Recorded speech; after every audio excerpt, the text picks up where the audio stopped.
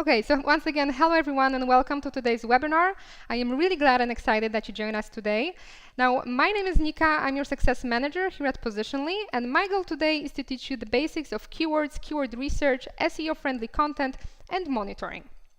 Now, I'll be covering the topics of keywords and content, and the main question I will be answering are the ones written here. So first of all, how to rank higher in SERPs, which is search engine results page. Then what keywords should you target? So I'll be talking about keywords types and their characteristics. Then how to use keywords to make your content SEO friendly. So I'll be talking a little bit about on-page optimization and how to actually optimize your site for specific keywords. From there, I will suggest some great ideas on how to do the keyword research. So how should you look for keywords that will actually work for you? And lastly, as a conclusion, I will answer the burning question of why is monitoring important. So in general, attending this webinar is your first step to mastering the art of keywords and content. So I hope you'll enjoy it and just keep watching. Okay, so we'll first start really basics of how to interpret the SERP, which is search engine results page. So, when you type in a phrase, which we'll refer to as keyword, this is what shows up. So you see the competitors, so the amount of results that show up for a certain keyword. So here, for example, the competition is really high. It's about 1 billion, which is a really high competition.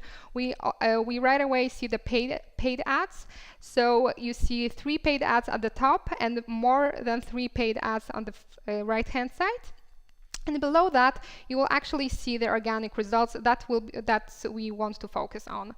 So there are 10 positions on every page of organic results, and we want to target the highest possible. So now within organic results, what we can also encounter are, for example, map results and video results. These are all organic searches, so you cannot pay Google for you to actually, appear at the top. There are other things that you have to do in order to be number 1 or number 2 or number 3, etc. So as I said, these are organic results. We have also Newsbox, for example, image results, knowledge graph, things like that. So this is really important to remember that, nowadays there's no just like plain text, like only links. There are other things as well. Okay, so now, as I said, your goal should be to appear as high as possible on the search engine results page, and you may be asking yourself why? Why do you actually want to rank high? Well, according to a study by Philip Petrescu, the positions 1 to 5, it takes around 67% of clicks. Then the position 6 to 10th, 0.73% of clicks, and the rest, it's either paid ads or maybe other pages of Google, or for example, if someone, when a customer does not click on any link and instead is rewriting the search query and, searching further, then these other percentages may go away. And also with instant answers like, the knowledge graph or other things like that, someone may already find the answer with the instant answer, and they do not require to click on any links. And as for paid ads, some people even have them disabled with some kind of ad blockers. But actually, we still highly recommend you, combining both SEO campaigns and paid ads, because it's going to work really well with your, online marketing. So the general idea is that the higher you rank, the more people visit your site. So this is really important for you, and you want to have as many visitors, of course, as possible. Okay, so now how to get to the top of Google? Well, first of all, the most important thing is to pick the right keywords for your site. The keywords that will have high search volume, that will be relevant, also the ones that will have low competition. I will actually be covering the whole topic in detail right after the slide, so just wait for me. I will go through other things of getting to the top of Google first. So the second thing is becoming an authority, an expert in your niche. So you have to be someone that people can trust. You have to gain credibility. If you have a lot of knowledge about a certain topic, then you can actually write really or provide really high quality content to solve people's problems, and that's what it's actually all about. And now if you provide this high quality content and you solve people's problems, then they will be likely to share the content with other users. They will be likely to put links to your content, and in such a way you can actually earn backlinks. It's really important to earn backlinks. It's also really important to earn high quality backlinks. And actually my friend and colleague Jessica Nika will have a webinar on that in, I think, 2 or 3 weeks, actually, on backlinks. So definitely look out for that and register even if you cannot attend. Yes, with backlinks, it's really important to have high quality backlinks from authoritative sites, and it's also really important to earn them, not to, for example, pay for them, to buy them, because if this is the practice that Google does not consider a good practice, and you definitely should follow Google's rules, or any search engines rules, of course. And just follow the rules and do everything as naturally as possible, and then you will be fine. And just remember that Google wants to give searchers the best results. That's their main idea. So just your content needs to meet their high-end standards, and that's I think that's fair, and that's good. That this is the way they are heading. Okay, so now, as promised, picking the right keywords for your site. So first question: why picking the right keywords is important? Well, if you pick the right keywords, then you are more likely to have higher search volume. If you have higher search volume, you will be way more likely to have higher conversion rates. And if you have higher conversion rates, that automatically means that you will have higher sales or greater brand awareness, and that's your ultimate goal. So in general, picking the right keywords is crucial for you to grow your business. We all want our businesses to grow, so with picking the right keywords, you can actually achieve that. Okay, so now what are the right keywords for your business, and what you should be actually looking at when picking the right keywords? Well, first of all, you have to see that the keywords are relevant. They really have to be relevant to your business, to what you're not maybe interested in, but what your business is about in general. Then you should be focusing on medium or low competition, and also high search volume. With high search volume, that will mean that a lot of people will be visiting your site. With competition, you will be easier to rank for low and medium competition keywords instead of high competition keywords. Then it's really important also to take customer intent into consideration. So you would rather want to target commercial and transactional keywords with commercial and transactional customer intent, because you actually want for people that come to your site to have a precise need, so that you can actually address that need. And also medium and low difficulty. So ask yourself a question if you're competing against really authoritative domains, because if, for example, you are number 9 and the first 8 positions are occupied by really authoritative sites, then you're really unlikely to rank higher no matter how hard you try. So take that into consideration. Okay, so now let's talk about possible keywords in more details. Well, first of all, we have branded and non-branded keywords. Branded keywords are those that include the name of your brand, so also all their variations and misspellings. And you want to rank for branded keywords, especially if your branded keyword is not unique, like your brand name is not unique. So if we take a great example of Apple, the name of the company is the same as the name of the fruit. So if you type into Google the word apple, you actually might think that it's obvious that the word apple as fruit will show up. And that's completely not the case, because the first 10 results for the keyword apple are actually occupied by the brand Apple. So that actually means that, the SEO guys at Apple are doing a great job on their keywords. And that's completely normal that they want, to be on top for the brand name. Now, of course, this is if your brand name is not unique, that's the case. However, if someone actually already know your brand, so they will, find you actually without the efforts to rank high normally.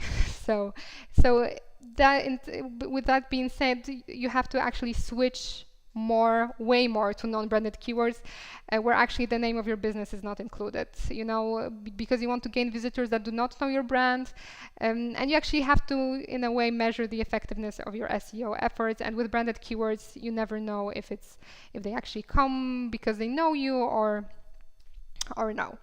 Okay, so then we have short tail versus long tail keywords. Short tail keywords are short. They are 1-2 words phrases. They're generic. They are actually searched more often and have higher traffic, so you may think that we would actually like to rank for them. However, they have smaller conversion, high competition, they are really harder to rank for, and you never know the intent of the user. So here again, we should rather focus on long tail keywords. However, definitely mix both, but take into consideration also long tail keywords.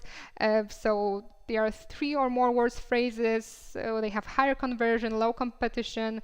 They are way easier to rank for.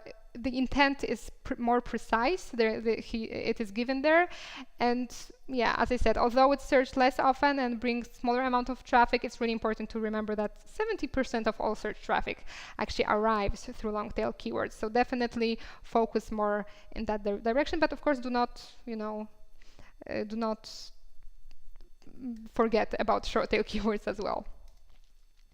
Okay, so then we have navigation keywords. In general, this is we have the 4 keywords for intent keywords and navigation keywords. For example, here we have the intent to go somewhere, to find the location of a known place. So if there's like how to get to, and the actually brand name actually. So navigation keywords are usually the keywords that people are typing in the brand name or for example the domain. So they actually behave like branded keywords. So you should again switch your focus to another direction. We have then information keywords. So there's intent to know something, for example, how to, I need to, etc. So users, so you won't be using them because users get educated on a specific topic thanks to you, so they may actually become buying users with time. So the traffic is higher, the conversion is lower, but still it is possible that they will become buying users later. Then we have transactional and commercial keywords. You should be focusing mostly on transactional keywords if you want to actually sell something, because there's like intent to buy. So if there are keywords with where to buy or ship words within the keywords, then that's a transactional keyword. You should be targeting these because of the high macro conversion. So yeah, the actual macro, because it's the big deal. So for example, buying something. In comparison, for example, to commercial keywords that have intent to know, people have intent to know more before buying something. So they want to review something, to know, something is best, or comparison of cheap clothes, cheap shoes for women, etc.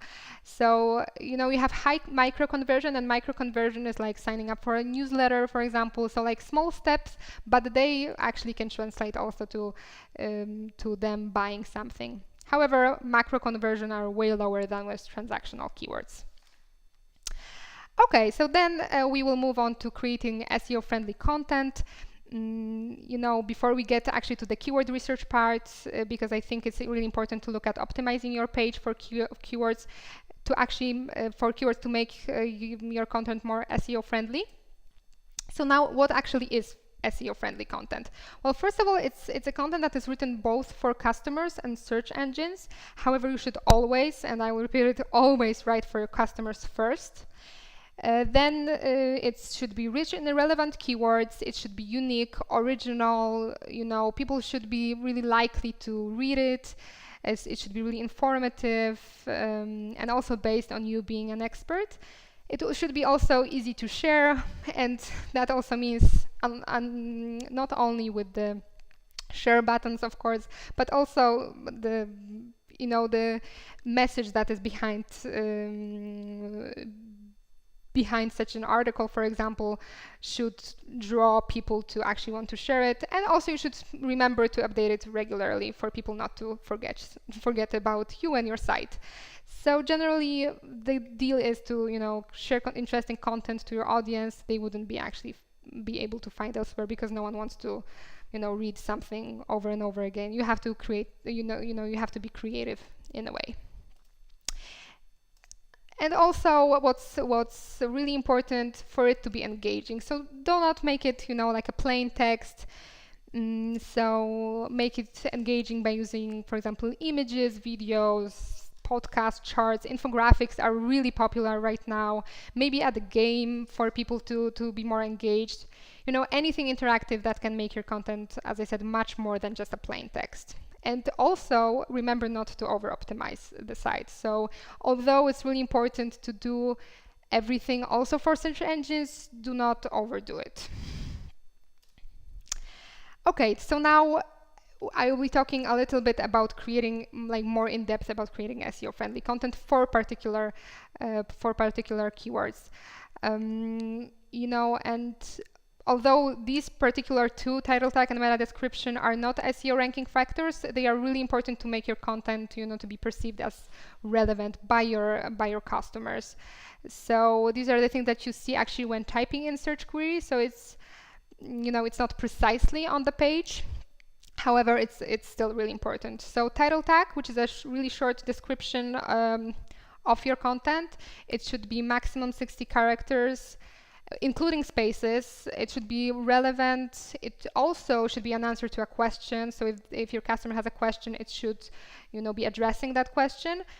And also you should be using exact keyword at the beginning. Now with meta description, it's actually more compelling, let's say. It's more in-depth description of the content that can be found, that they will be likely, that like your visitors will be likely to find on the site. So make sure that it's no more than 160 characters limit, that also it's really relevant, because relevance is really important. It should be telling a lot about the content, and it also should contain keywords. However, as I said, this is actually for your customers, not for search, for crawlers that crawl your sites at all. And then what's really important is relevant in keyword rich URL. So make sure you use dashes actually instead of underscores in your URLs after the slash, because if you actually use underscores, the crawlers will read it as a line of text, and they will not be able to see if this is relevant. And this is actually a ranking factor. So make sure that there is a keyword and it's relevant. Okay, so nextly, you know, you should be creating SEO-friendly content by using your keywords, first of all, naturally. So definitely omit keyword stuffing. Do not put keywords, you know, everywhere. Make it completely natural. However, take keywords into consideration and place them within your text. It should be also at the beginning of the article. So you should use your keyword in the first sentence, also in your first paragraph. And also, you know, to make the article appear really relevant, you should use the keywords in bolded text, and also in H1 tag, like a heading, on H2 tags, subheadings, and also, of course, in other tags that there is. You can also be using them freely. And lastly, you know, it's really important to optimize the page for like 1 to 2 keywords, maybe not more, because, you know, it's really hard to actually optimize the to optimize the page for more than 1 to 2 keywords. Also, you should be using subheadings every 200 words, and write articles with at least 600 characters. So, you know, you shouldn't be, because really short texts are not so easy to share, let's say, because they are not likely to have like really valuable information or actual knowledge. So make sure your articles have something interesting in them, and yeah, that people will actually like reading, and that will be more engaging and informative. And also use short sentences, as short as possible, of course. Not try to make them so short that it will be not natural. Make sure everything is natural, and also use small blocks of text for it to be just, you know, readable, more readable, if there's a word in English. Okay, and then I have also written a hint for e-commerce. You know, when you try to target commercial intent keywords. So first of all, you should be optimizing the title tag, meta description, and headings for the intent keywords. You should also remember to provide the buy now button with pricing. Make sure the pricing is there, so you know your visitors will not be wandering about around your site looking for it. You should also list or enumerate the benefits of a product on your site. You know, really important are also customers' reviews. People love reading reviews because they trust other people even though they do not know them, but they prefer to see the review instead of not seeing a review. And also, it's really nice to create an FAQ section. So section with frequently asked question, where your customers will be able to, you know, find more information on a product, and their questions, if they may have any, they will be answered there. And also, as with normal content, you can, you can more the content more engaging, add videos, also with, I don't know, some kind of usage of this particular product, or maybe with also a review from a famous person, if a famous person is using your product. You never know. It's really great to actually add something that people will find engaging. Okay, so now finally keyword research. So where to find the best keywords for your site? So I written down some suggestions, and the first suggestion that I have for you is Google suggestions. So basically, if you type in a query in Google, you have some suggestions from Google itself, and actually the suggestions that come up first are those that are searched the most. So look out for that, and definitely see what is appearing. You can actually use also, this is called Uber Suggest, which is completely the same thing, but it has, everything is in alphabetized order. So you have keyword and everything that's after keyword that starts with an A and then with a B. It's called Uber Suggest. That's also a great tool that can be used with Google suggestions. Then we have Google related searches. So this is at the bottom of Google, of this search engine results page. And it's really also interesting that you can, for example, find the related searches. And if you find a related search, try to type it again into Google and then see what related searches come up. And you can do it a few times and see some great suggestions that Google has for you.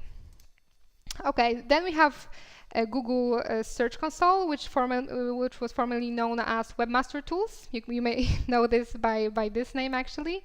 And you should be checking there which keywords you're ranking for right now. This is really great because you can see what is bringing traffic to your site at the moment, for what keywords, which keywords bring you customers or visitors right now. However, remember to focus on those keywords that are relevant and on those that lead to conversion. So do not take every keyword for which you are ranking, because some of them may be irrelevant and it may not be a point for you to actually, try to rank for them higher. Then after Search Console, you should be also looking at keyword synonyms. You can also, talk to your customers. It's really important practice to actually talk to your customers or to gather ideas from sales team to see what customers need or what answers they have frequently. Also, the comment section is really useful. Forums, if you just put the keyword and the word forum into the search bar in Google, you will have forums coming up, and you can also find there what people are looking for and write, for example, a post about it. And then also question and answer websites. And also a really important hint is that you should be looking for both plural and singular version of one word, of a keyword, because search engines usually treat them differently. So make sure that you add the singular and plural versions to your list of keywords. Then we have another great tool. Actually, one of my customers suggested that it's a great tool, and I absolutely love it, because you shouldn't be limiting yourself only to Google.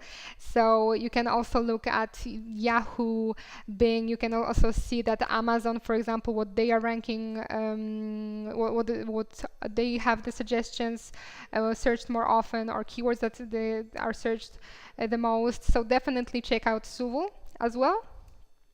And also Google Trends. So this is great for monitoring the trends, to know which keywords not to invest your time in. Actually, if you see actually at my graph, you'll see, well, there's no point in actually trying to rank for the word keywords, because the trend is decreasing. However, make sure that if you go to Google Trends, that first of all you go to related searches below the graph, and then if you click on the button rising, then you will actually see which keywords are rising in popularity. So this is great to see, in general to see the trends, and as I wrote below in this where the light bulb is, just to know which keywords not to invest your time in. Okay, then you should be also trying to draw inspiration from your competitors. So, look for the keywords they are ranking for. A very famous tool, Screaming Frog SEO Spider tool. So it can crawl their site. It can crawl also your site if you wish. So you should be, you can crawl their metadata. You should be crawling, or you can just go to their site and see the alt attributes. It's enough. You should just go to the page source and find it. So, look at the headings, subheadings, alt attributes. Also, you should be reading their articles. Just see what they are doing, what kind of answer the questions they are answering. And I really like this one, and I actually have it also. And I know that's at Positionally, our marketing also is using this, which is Google Alerts. So just put their brand name. You can also put your brand name to see what people are talking about you, and set Google Alert with the brand name of your competitors and see what they are up to, and draw inspiration. So also just remember that competitors, they are not your enemies, or they at least do not have to be your enemies. So you just have to learn from them and use the knowledge to your advantage. But just remember to not mimic them, because if you look only on the keywords that they are ranking for, this is some kind of strategy, but you should be also, trying to come up with other ideas that other people may have not came up with yet. Okay, and now of course the Google Keyword Planner. This is actually one of the most famous, and of course I was about to talk about Google Keyword Planner. Actually, thought that we should be focusing on some other ideas at first and finish with Google Keyword Planner. It's actually a great tool. Some of the customers say that they use only Google Keyword Planners. Others that they actually use, and this is something that I highly recommend you, is using the ideas that you gather from other tools and apply it to Google Keyword Planner. So now the general rule is, it's used by both newbies and SEO professionals. It is a mine of ideas, really. They have mine of ideas. They provide a lot of data. That's most accurate data that you have. And what's really great is, even though it's in AdWords, it's for free. So all you have to do is go to AdWords account and actually, log in, create an account, as I said, for free. Go to Tools, Keyword Planner, and there you are. And as I said, Google Planner is the best tool for keyword research, according to SEO gurus around the world. However, definitely do not stop there. Okay, so when you actually go into Google Keyword Planner and you sign up, you'll have some, options. And the thing that you want is to find new keywords and search new keywords using a phrase, website, or category. Now, here you have, some words that you can put, or landing page, or product category. So, the more information you provide, the more relevant the keywords ideas will be. So, as I said, words or phrases that you associate with your business, your product, you should add to the first box. Then you can add your domain, and then you can add the category most relevant to your business or product. And also, you should be setting, targeting options. So language, country, search engine, and that's about it. For the beginners, that's perfect. Just get ideas. Okay, now if you get ideas, you will actually first get the ad group ideas. However, we want to see the keyword ideas, so definitely go there.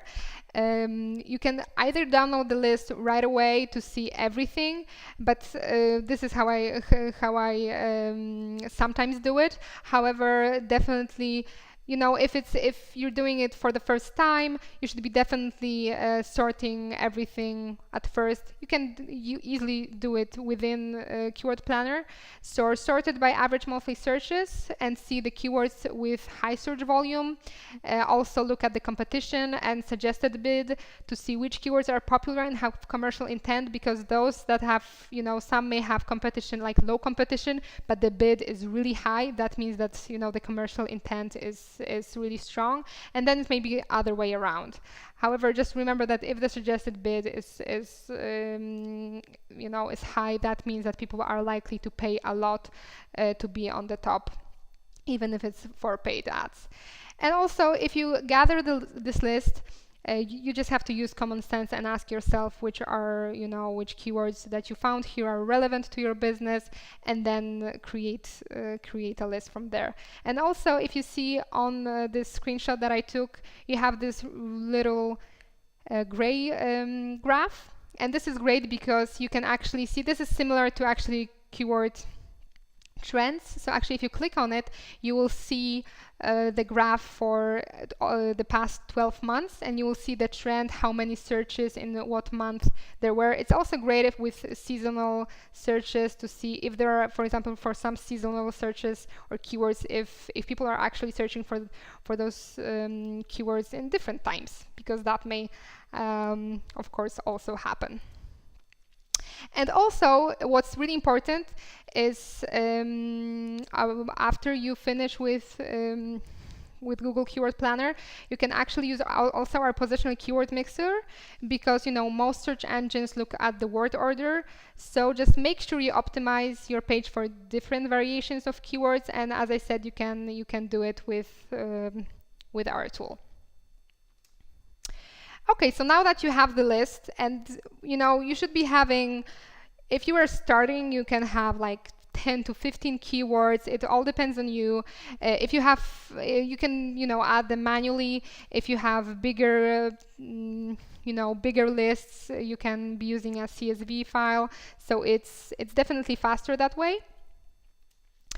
And then you should be starting to group the keywords. So, to get organized, group the keywords that are relevant to certain campaign you're running, group similar keywords together, or same type keywords together, like branded or non-branded, and also group keywords according to specific products, categories, product features. It's really useful for both monitoring purposes and just to get organized with your campaigns. And here I also have a screenshot how, grouping the keywords looks within our app. Okay, so after you added the keywords, after you group them, it's the time to start monitoring. So you have to check if your strategy is working. So first check if the position of keyword correlates with volume traffic. So for example, if your keywords are ranking low and traffic is high, that actually means that you're gaining traffic elsewhere. And for example, if your keywords ranking high and traffic is low, that means that probably you have chosen the wrong keywords. So you have to try to finding the new keywords with all the tools, just maybe once again.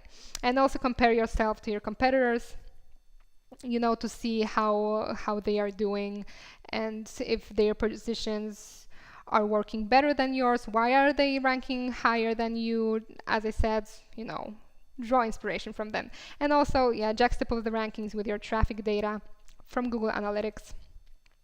And also definitely analyze the most valuable keywords when you start ranking, when you start monitoring them. So, check keywords rankings. First of all, check where you are located. If you are close to number one, make sure you do everything to be, number one or number two. If you're close to top three, then it's definitely worth going up even one position, because the percentage, says everything. The number says everything. One position higher and you get way more traffic.